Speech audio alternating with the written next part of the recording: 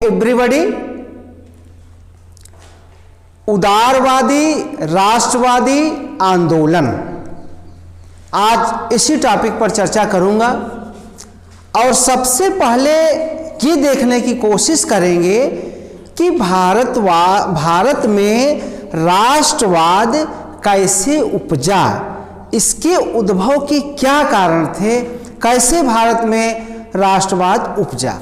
तो सबसे पहले देखते हैं कि पहला कारण है राजनैतिक कारण, और उसमें है 1857 का विद्रोह। उसका प्रमुख कारण है 1857 का विद्रोह। 1857 के विद्रोह को कुछ इतिहासकारों ने इसे प्रथम स्वतंत्रता संग्राम भी कहा है।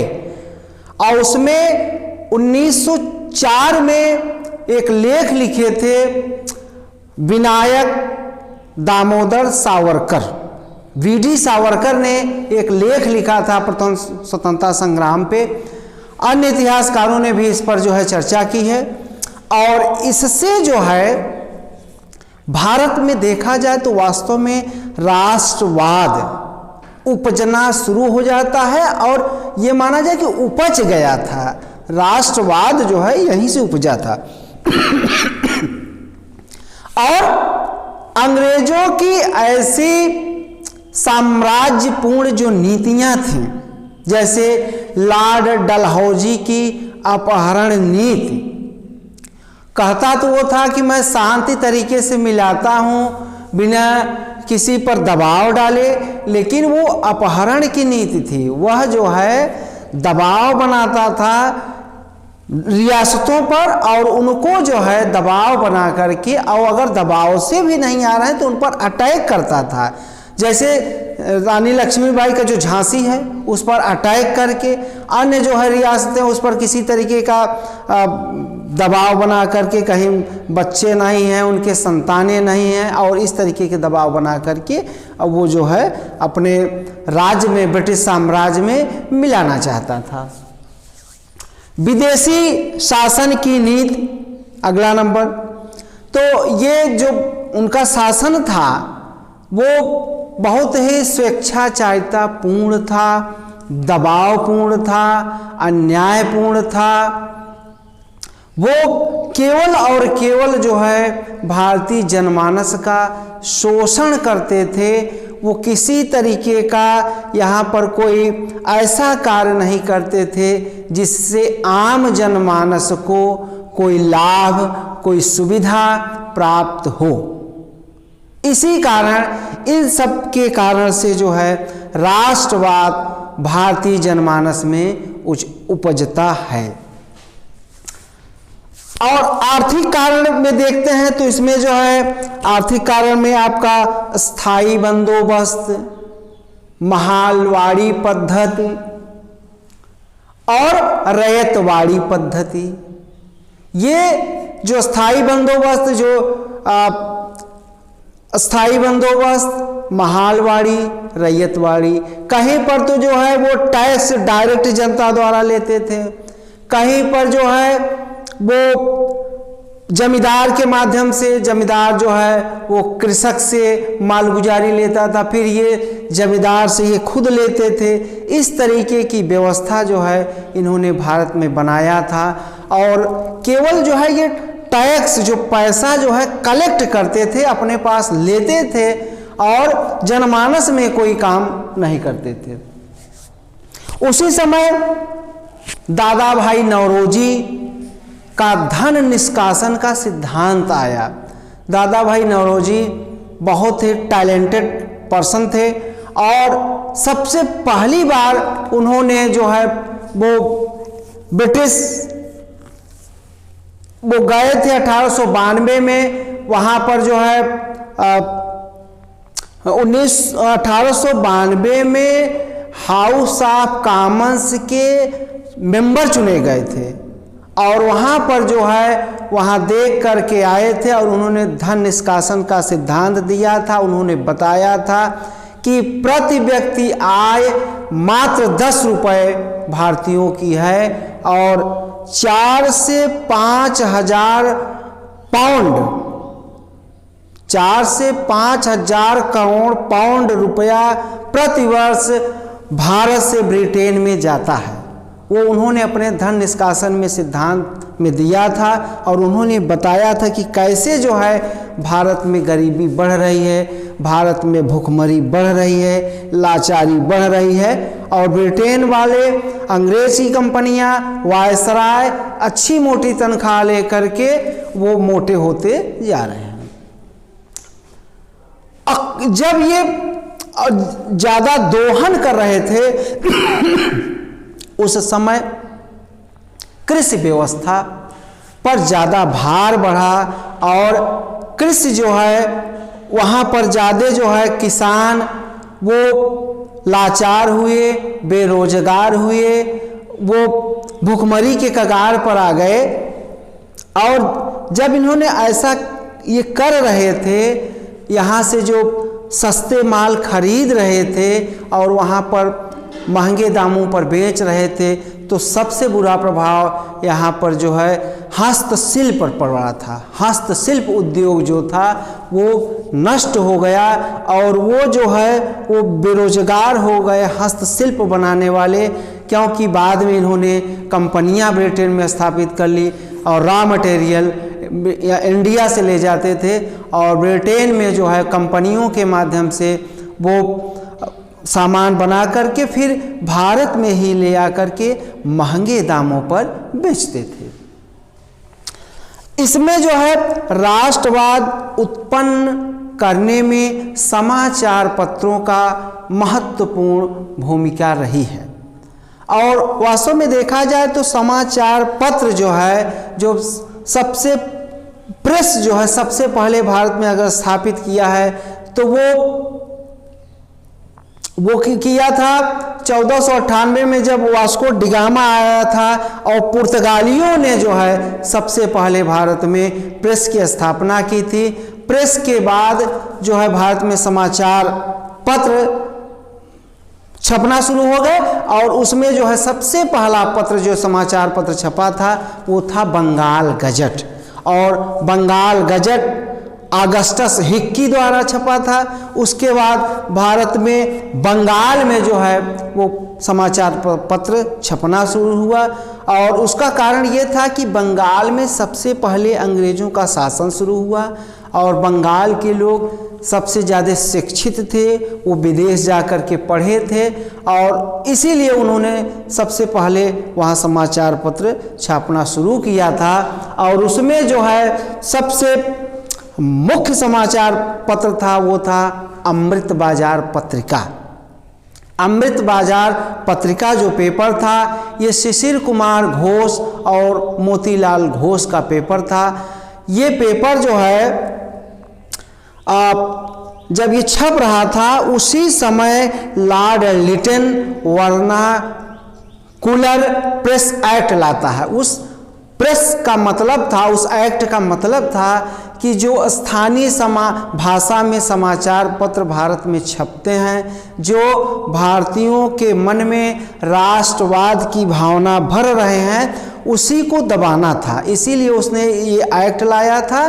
और इस एक्ट की जानकारी जब उस समाचार पत्र को हुई तो उसने रातों रात अपने को उस पेपर को अंग्रेजी में छापने लगा और उस एक्ट का प्रभाव उस समाचार पत्र पर नहीं पड़ा। वहीं पर जो है ईश्वरचंद्र विद्यासागर का जो पेपर सोम था वो प्रभावित हो गया और वो पेपर बंद हो गया।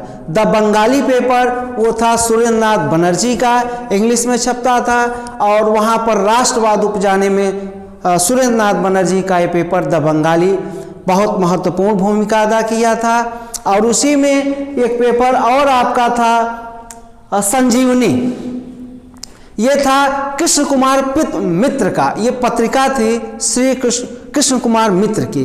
और ये पत्रिका जो है बंगाल विभाजन जब हुआ था तो महत्वपूर्ण भूमिका अदा की थी भारत को जगाने में और बंगाल विभाजन को विस्तृत मात्रा में फैलाने पर, कि जिससे ये बंगाल विभाजन समाप्त हो। और वहीं एक पेपर और था, पत्रिका थी बंदी जीवन। ये बंदी जीवन थी सचिंद्र नाथ सान्याल की।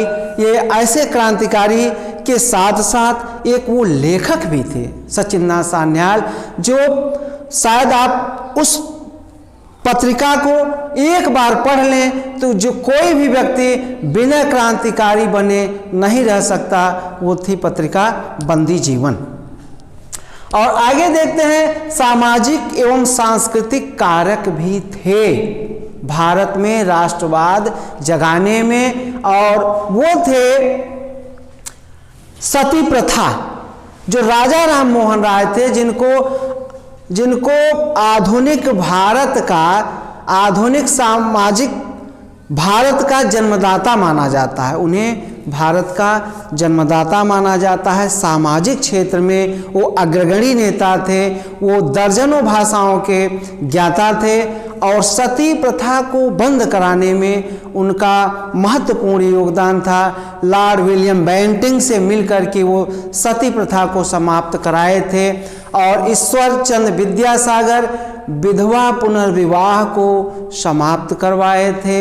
मानव नरबलि और दास प्रथा, इन सब को भी समाप्त कराया गया था। उसमें पाश्चात्य शिक्षा का भी महत्व था और अंग्रेजी शासन का भी महत्व था। दोनों ने मिलकर के इन कुरीतियों को समाप्त करवाया था। और उसमें जो है विवेकानंद जो एक तपस्वी थे, स्वामी विवेकानंद, वो भी भारत के राष्ट्रवाद को जगाने में महत्वपूर्ण भूमिका अदा किए थे। वो थे नरेंद्रनाथ, जो स्वामी विवेकानंद के रूप में बने थे।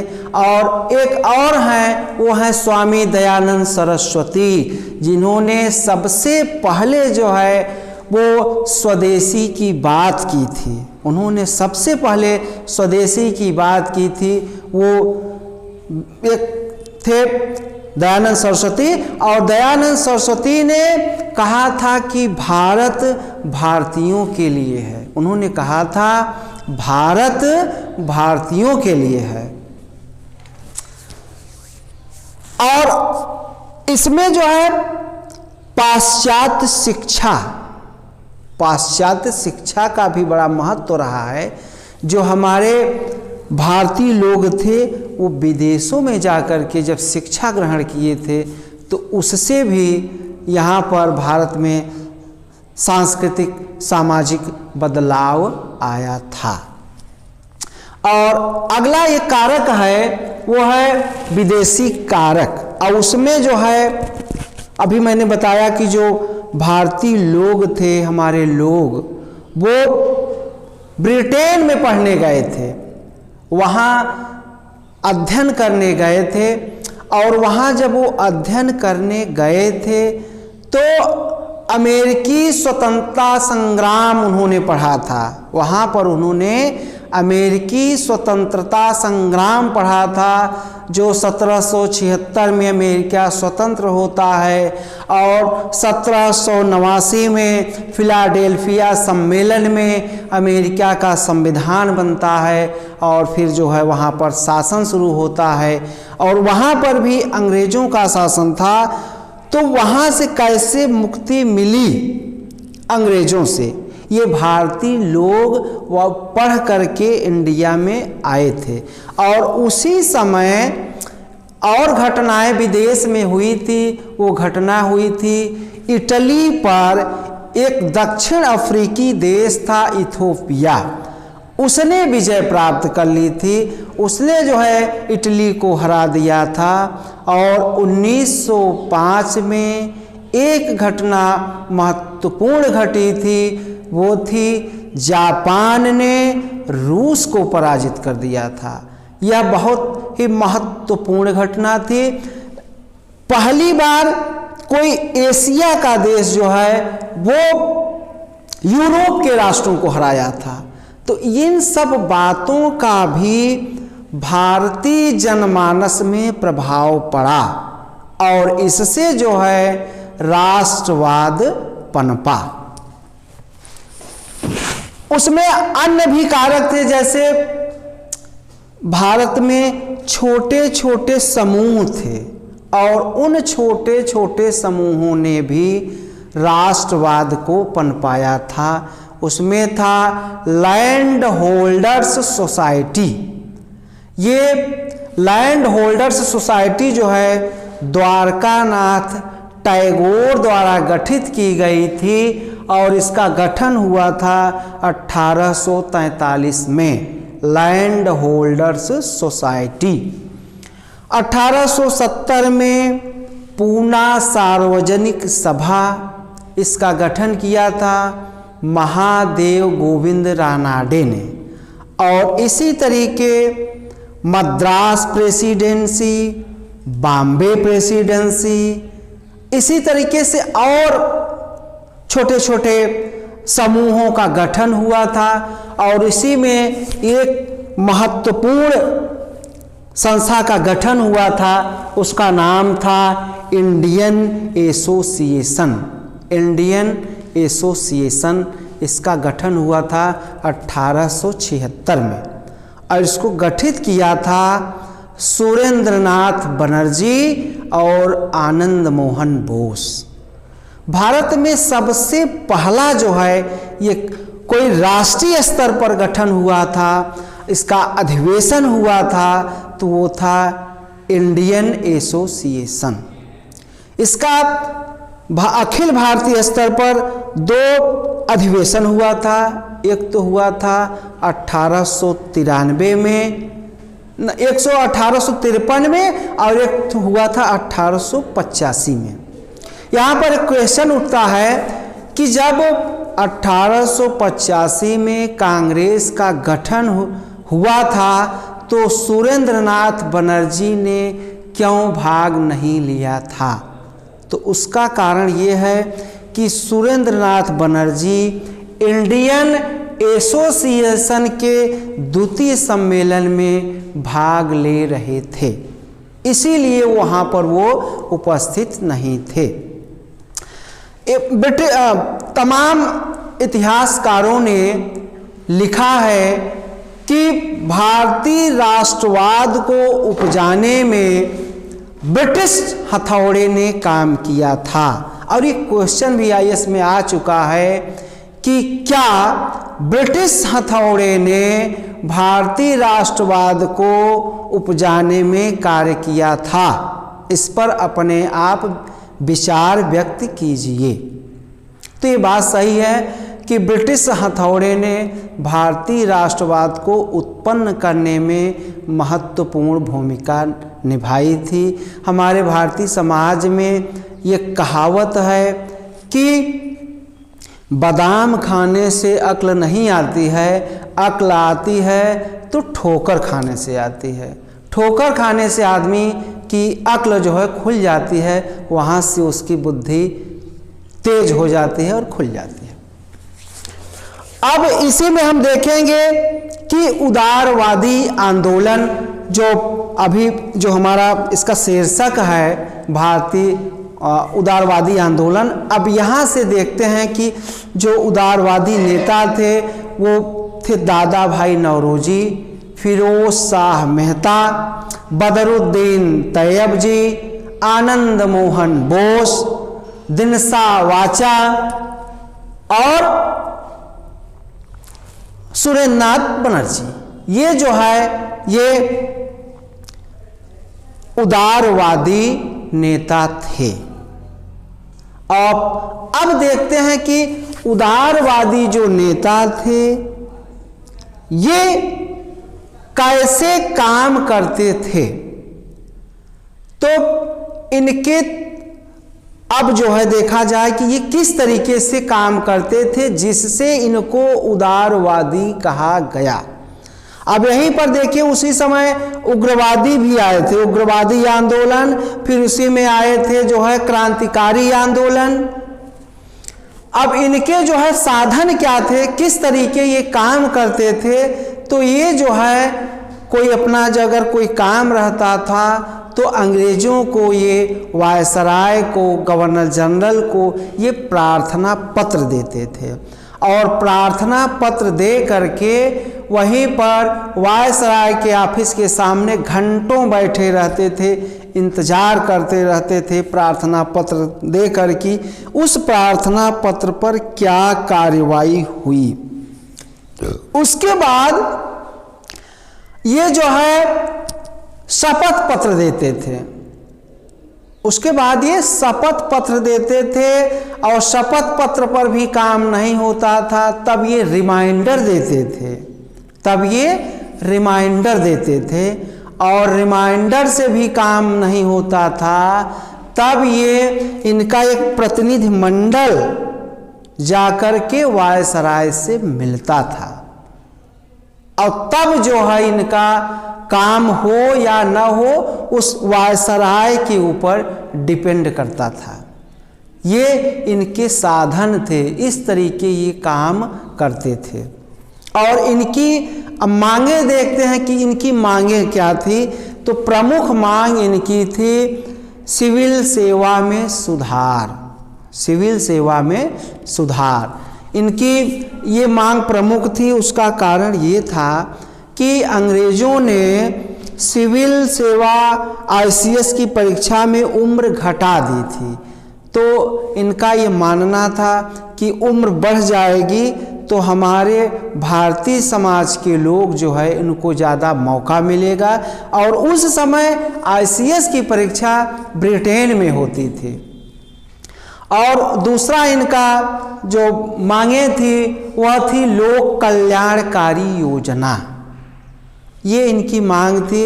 ये चाहते थे कि अंग्रेज जो है जो कानून बनाए वो लोक कल्याणकारी हो और उसी में जो है, चूँकि उस समय हमारे यहाँ राजे रजवाड़े भी थी, लगभग 600 रियासतें थी और तो ये रियासतों से भी वायसराय के माध्यम से जो उदारवादी नेता थे वो चाहते थे कि वो ऐसा कोई कानून बनाए जो लोक कल्याणकारी हो, आम जनमानस का शोषण न हो।